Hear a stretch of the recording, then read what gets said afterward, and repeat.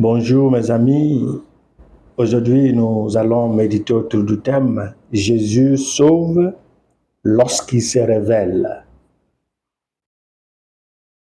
Nous sommes au 19e dimanche du temps ordinaire, l'année A, et nous lisons 1 Roi chapitre 19, verset 9 et verset 11 à 13. Romains chapitre 9, verset 1 à 5, Matthieu 14, 22 à 33. Lorsque Dieu se révèle, nous voyons différemment de ce qu'il veut enseigner. Nous sommes surtout intéressés par le spectacle, tandis que Dieu se révèle pour élargir notre perception, notre horizon sur sa nature, afin d'initier une alliance avec nous. Bien qu'il nous appelle à la foi en lui, il ne veut pas que nous restions dans notre ignorance et il ne chérit pas non plus un système de culte myope. Lorsqu'il nous sauve, c'est pour nous redresser afin de renforcer notre foi. Et c'est Jésus, Dieu lui-même, qui est le seul maître sur et de la nature.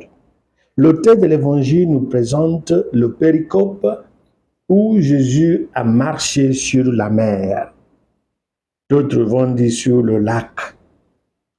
Cet acte de Jésus prouve sa suprématie sur la nature. Il est le maître. Il nous invite ainsi à venir à lui dans la foi et non pas à venir à lui en marchant sur les eaux.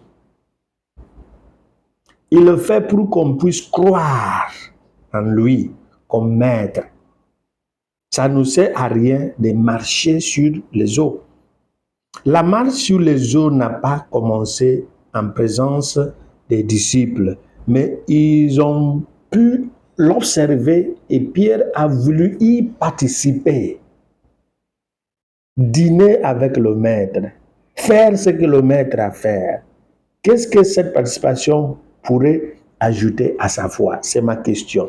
Je pense que Pierre, si vous voulez, était intéressé par le plaisir du spectacle, de la marche sur les eaux, plutôt que par la foi qu'il devait avoir en Jésus, qui est le maître, le seul maître de la nature. La dernière partie de l'expérience de Pierre sur les eaux me révèle qu'il y a des gloires réservées. L'humanité ne peut y participer que par l'unité avec celui pour qui cette gloire est réservée et à travers une transformation d'amour, c'est-à-dire l'amour transformé, l'amour qui dépasse la gloire personnelle jusqu'à la gloire de Dieu et non pas par la nature propre à l'homme ou de l'homme. L'homme n'a pas de suprématie sur la nature, mais il a pour mandat d'en être le gardien et de s'en servir pour satisfaire ses besoins.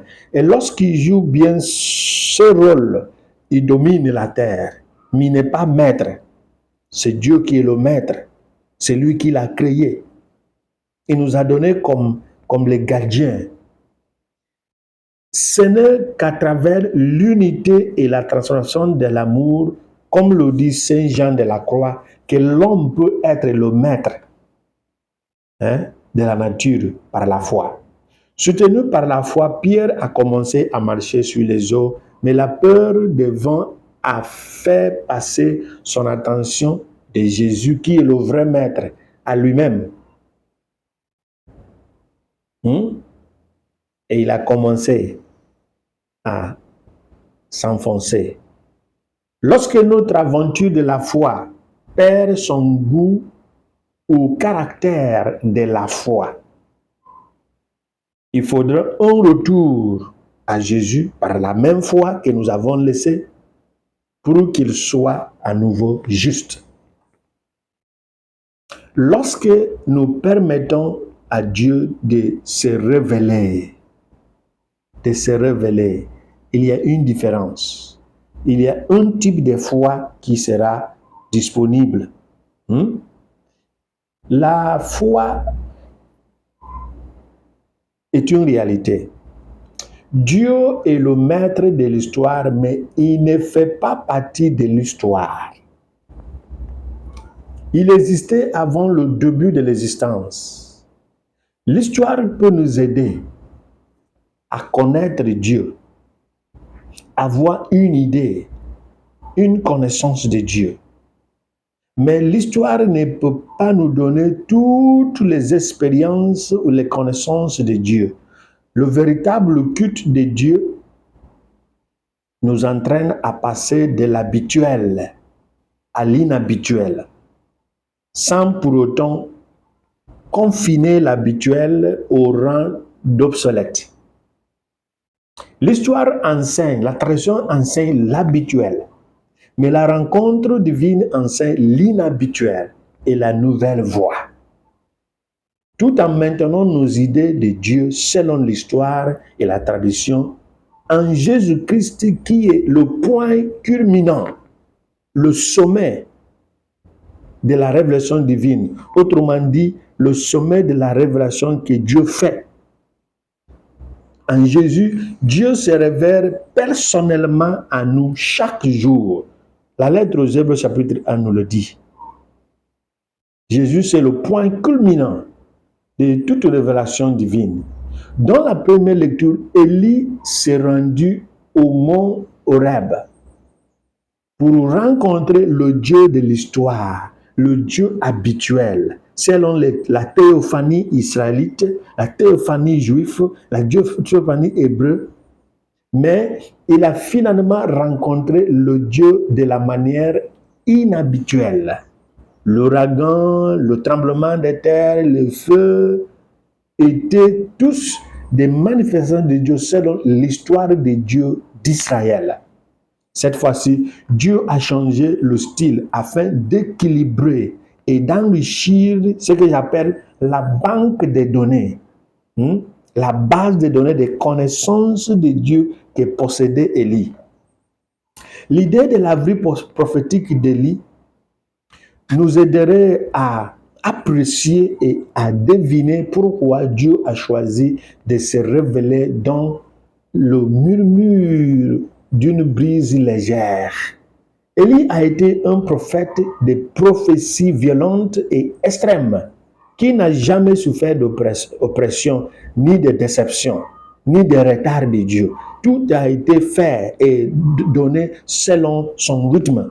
Donc, Élie n'a pas d'idée équilibrée de Dieu, comment il peut se révéler. Mais Dieu veut l'entraîner avant la fin de sa mission prophétique pour qu'il puisse comprendre qu'il y a une différence entre le privilège et le droit.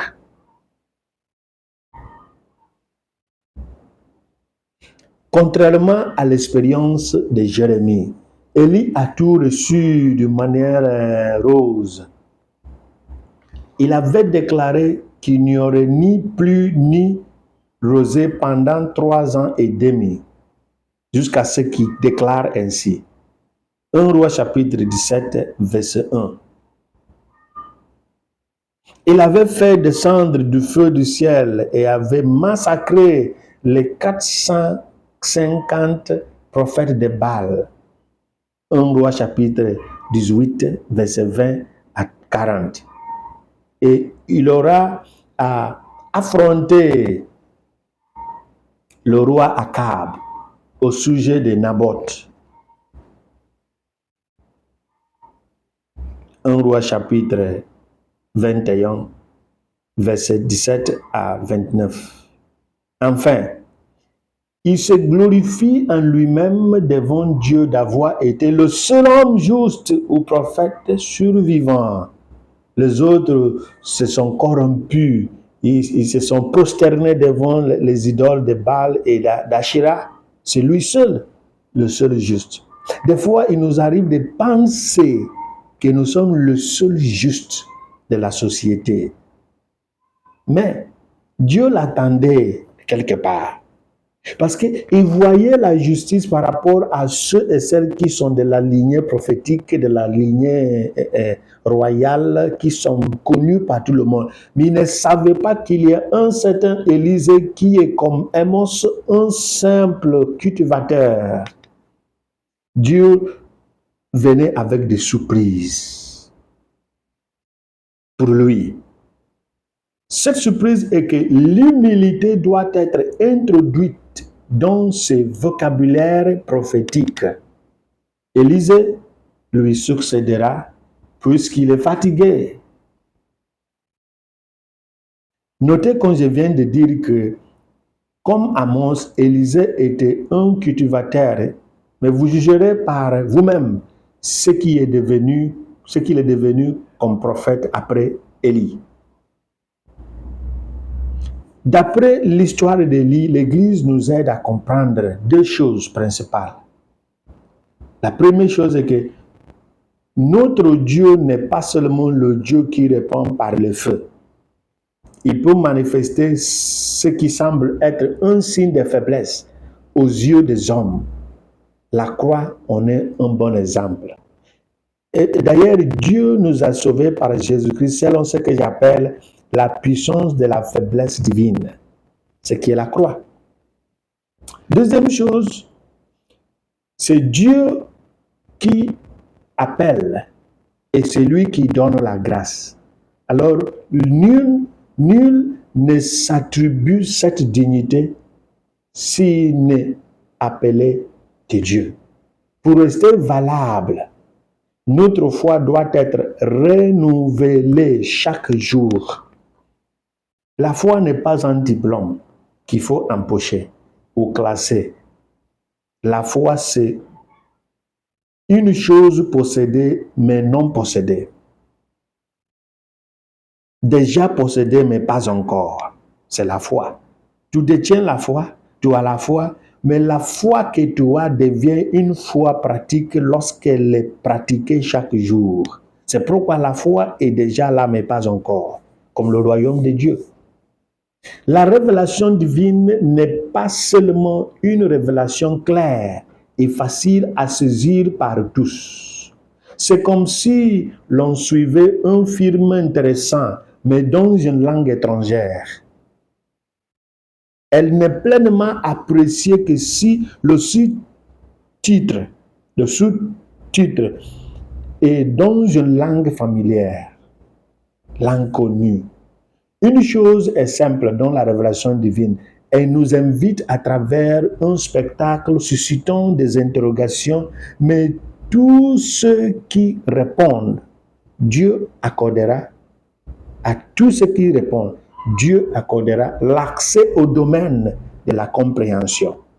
Ceux qui ont compris Dieu par une rencontre personnelle comme Paul, comme Moïse, comme Abraham, comme les saints, quelques saints, sont appelés à conduire les autres à la justice. C'est notre appel chaque jour et chaque fois que nous saisissons le message de la révélation divine. Ce n'est pas pour nous seulement, c'est à transmettre, c'est à transférer, c'est à faire passer. Nous nous glorifions en Dieu et ensuite nous aidons les autres à, si vous voulez, à découvrir Dieu. Ce qui commence par la demande, Seigneur, si c'est toi, ordonne-moi à venir à toi sur les eaux. Les eaux signifient la vague de la vie, la tempête de la vie. Ça veut dire, je dois venir à toi malgré la difficulté. Malgré la difficulté, malgré les opérations, malgré les confrontations. Mais si c'est à toi, si c'est toi, doit être ici chaque instant, chaque instant. Une fois que nous perdons vue de si c'est toi, on commence à voir si c'est moi, si c'est eux, si c'est nous. Il doit être chaque jour et chaque instant, si c'est toi, Seigneur. Et par erreur et par chance, si nous perdons vue N'oublions pas à crier comme Pierre, Seigneur, sauve-nous. C'est le secret. Parce que, comme j'ai dit, la foi est déjà là, mais pas encore. C'est une chose à donner vie chaque jour pour que cette foi nous conduise au terme de notre course. Que Dieu qui se révèle nous aide à comprendre ce qu'il a révélé au nom du Père et du Fils et du Saint-Esprit. Amen.